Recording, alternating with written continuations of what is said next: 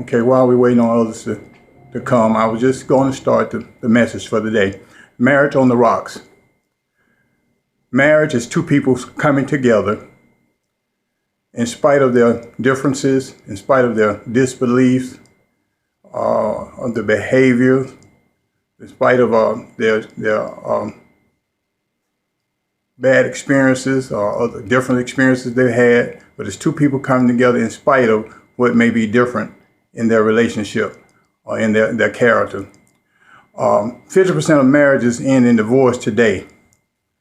And ironically, 70% of marriages or divorces are initiated by women.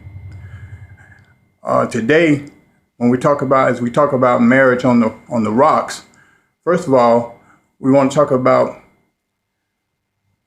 how we first of all have to get to the root of the problem, get to the root of the situation. And once we find the root of the situation, we'll find out what's missing. Why is the marriage not working? Why are we having problems in our marriage? So once we find out what's missing, then we have to agree to work on what are we going to do to make this marriage work? What can we do as a team to make this marriage work? I remember my first marriage, and I like to use myself as an example. If I knew the things now, if I knew them then, I would still be married to my first wife.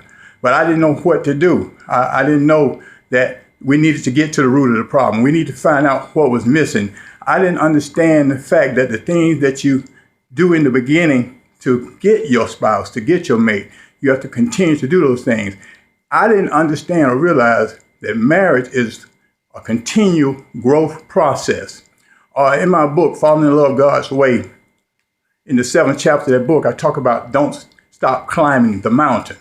Marriage is like climbing a mountain. The higher you go, seems like the higher you got to go. But in that book, I use the analogy of putting on a backpack. And when you put that backpack, as you climb the mountain, you reach in your backpack and you get what you need out of that backpack that will help you keep climbing successfully.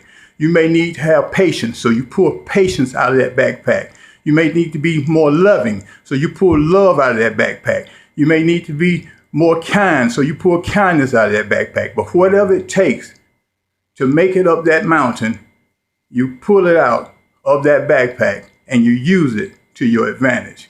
So you get to the root of the problem, then you decide, you find out what's happening, what's wrong, and then you say, we're going to work on it. You have to work on it as a team. Both parties must be willing to work on what's missing in their marriage. A lot of times in marriages, only one party wants to work on what's happening, and the other party does not want to work on what it's going to take to make it happen, to make it better. But two parties have to work. The other thing is you don't underestimate your mate.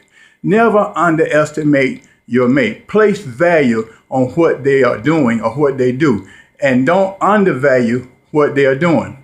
I remember when I was married to Precious, in my marriage to Precious, my second wife who passed several years ago.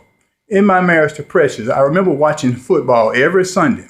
But every Sunday as I sat and watched football, she would come in with this nice dinner, and she knew I love potato salad.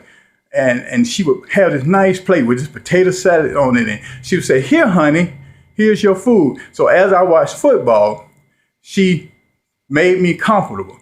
And that's another thing. You have to make your partner feel appreciated and valued. So while you're in that marriage, don't underestimate them, but always make them feel appreciated and valued. She was in school. So I told her, I said, honey, the days you have to go to school, don't worry about washing the dishes. I would make sure that the dishes are washed, and I made sure that the dishes was washed. The other point I want to make is let it go. A lot of times in relationships and marriages, they falter and they're on the rocks because it's so hard for us to let things go. We hold on things. We have this reptilian character, a reptilian brain. And my thing to you is today is don't be nasty and don't be ugly when you get into disagreements and when things are not going right. Take time and stop and process and digest what's being said to you before you respond, before you react. And then begin to be able to accept apologies. A lot of times, it's hard for some people to verbally apologize, but apologies don't always have to be verbalized. Sometimes it could be taking them to a dinner, take them to a movie, take them to a game, take them to an event, and say, I'm sorry, give them flowers. And that's a way of saying, hey, I'm sorry. Just love making is not going to make up for it all the time.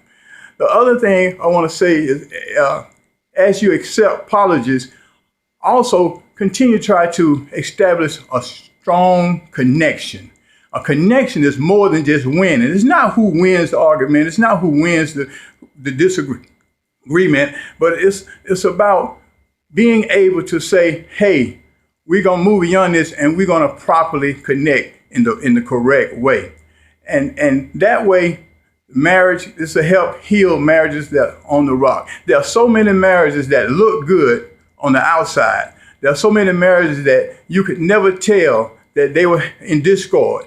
But away from the public, there's so much discord going on in a lot of situations.